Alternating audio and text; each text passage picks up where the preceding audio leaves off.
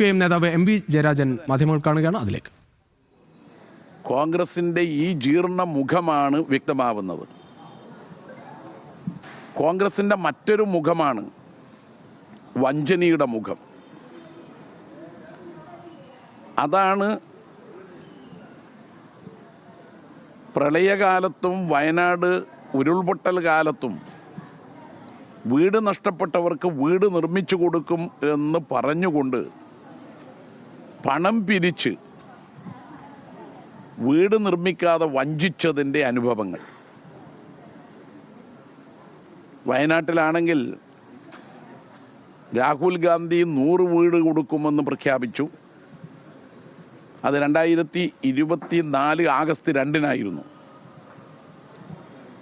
August 3-ന് KPCC 100 വീട് നിർമ്മിച്ചു കൊടുക്കുമെന്ന് പ്രഖ്യാപിച്ചു. ആഗസ്റ്റ് 3-ന് തന്നെ ആ വർഷം യൂത്ത് കോൺഗ്രസ് 30 വീട് നിർമ്മിച്ചു കൊടുക്കുമെന്ന് പ്രഖ്യാപിച്ചു. പ്രഖ്യാപനം നടത്തിയാൽ ഇപ്പം ജയിലിലാണ്.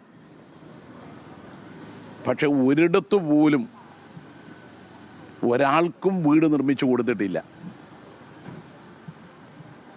30 സെക്കൻഡ് കൊണ്ട് 300 വീട് നിർമ്മിച്ചു കൊടുക്കുമെന്ന് പ്രതിപക്ഷ നേതാവിൻ്റെ വീരവാദമല്ലാതെ